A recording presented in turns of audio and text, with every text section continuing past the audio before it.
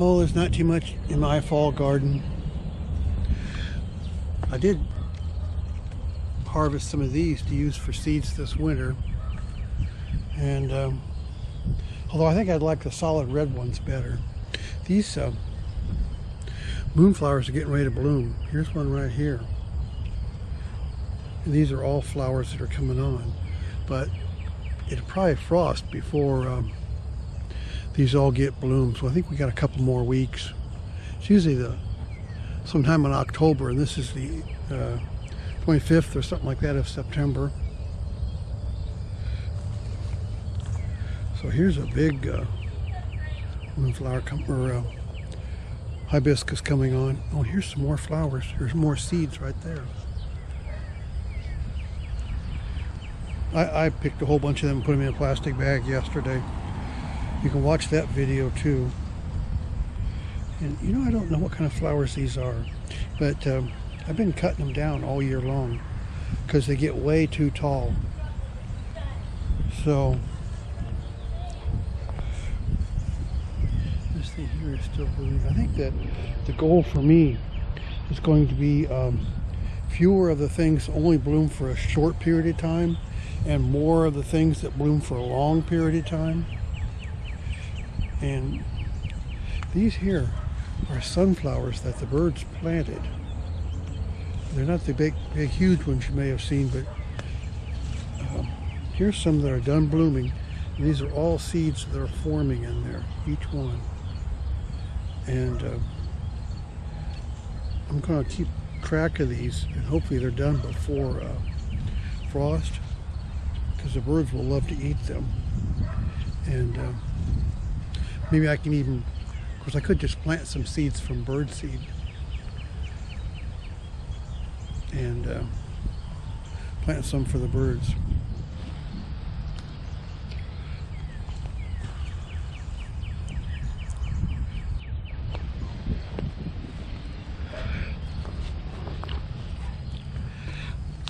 Here's the ground cover I put here, and this one here just grows on its own, but I let it because I like to have the ground covered. But here, this is called dichondra, I think, and it's a specially light colored one to be attractive. But I'm surprised that it comes back up through this mulch of wood chips that I just put down a few days ago. And I'm also making a video on how I go and gather all these wood chips for free, bring them home and spread them. And if you want to see that video, it's unlimited free wood chips. So if you want to see that video, it'll be in my list here pretty soon, because I'm still working on it. But anyway, today I'm going to continue working on this border here. I cut down all these plants and dug out the ones I wanted, and so I'm going to put a border right across this way and on up there. Today I'll finish up that video so you can see that one. And I've started making border along here. I don't think it's done.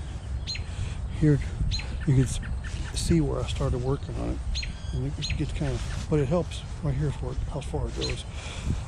But it helps our grandson who cuts the grass for us to have this brick border here. Here's some nice, this looks like a daisy, and I don't know what it was, but I planted it a couple years ago. This is Sedum spectrabilis, I believe. Anyway, it's cultivar is Autumn Joy. I never thought too much of it. It's not that great. Toads are very beneficial to your garden because they eat so many insects. And this, you could call this a toad house. It's just a flower pot that's been broken in half, and I just kind of semi-buried it there. But toads can go in there and get in and out of the sun if they want. And when they see a bird, they can, when they see a bug, they can eat it. Here's some mushroom that's growing, and tried to put a lot of organic material in my flower bed. And here's some pot shards. If I need pot shards, I can pick them up in my garden. I got big piles of them down my potting bench. But I should start cutting down the unattractive stuff. I've always left it, getting more materials or nutrients out of it. Here's another broken flower pot I put here on its side for, this is a weed.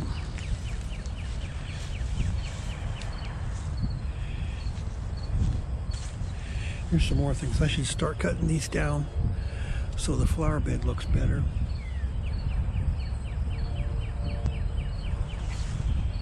But, whenever the leaves are green, as long as the leaves are green, I think I should get more nutrients down into the roots for the bulb down here.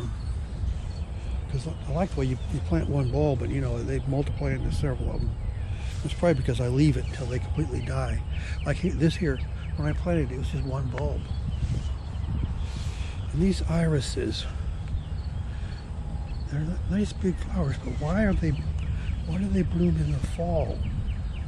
I've never heard of that. Irises that bloom, maybe they're what they're called twice blooming, I don't know. If anybody knows about that, you can let me know. I think they do also bloom in the spring, so maybe that's what they are, but I guess I'm not sure about that. I just love this plumbago. I bought that from, I don't know, some seed catalog. I get quite a few of them in the mail. I love every time I get a seed catalog to order $200 or $300 out of it. But here's a poppy I planted here last year. I don't know. Gotta move poppies early in the spring. This spring I'll make a video on that. Here's some dianthus. It's a biennial, so I think it's going to bloom next year. It hasn't bloomed this year, it just sat here, but I think in the spring it'll bloom. But anyway, I just love this plumbago. All these little flowers, and it's just a little plant that I planted in here. And it's just multiplying with all these other ground covers here. I should put something else in all these ground covers though. They're not the best looking stuff. I think this would be a good place for wildflowers because it doesn't get full sun. It gets quite a bit of shade actually.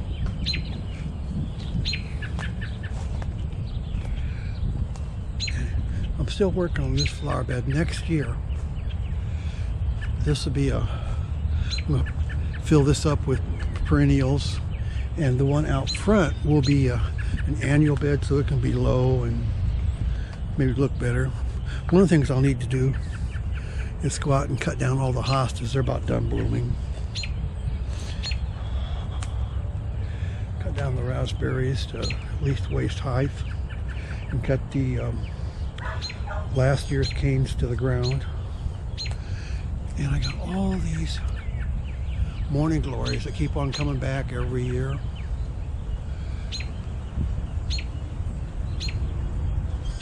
They're kind of pretty. Hummingbirds like them too.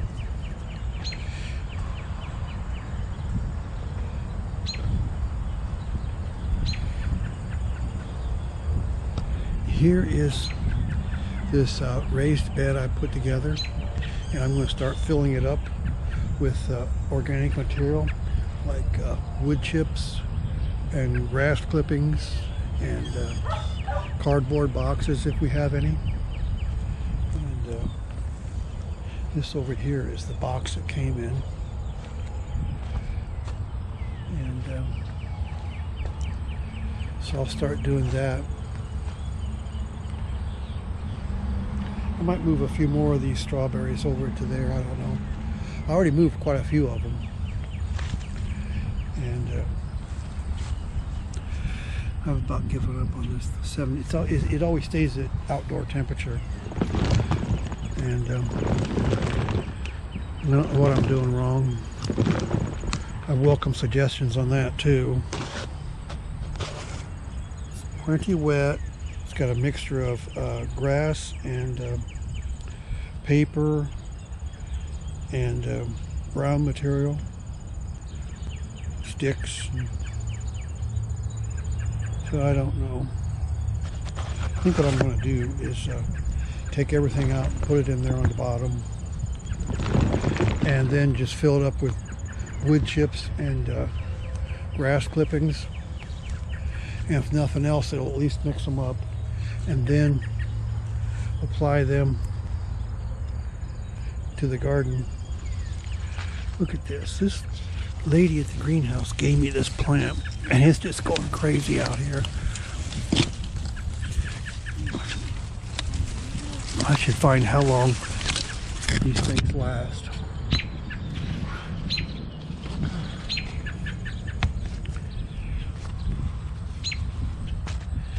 Tons of them in there. I've already got a bunch of them in the house.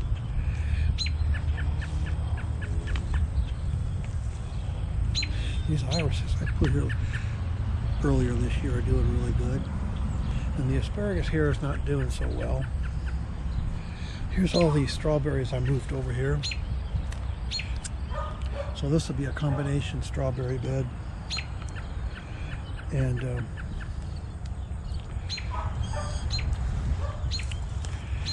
asparagus.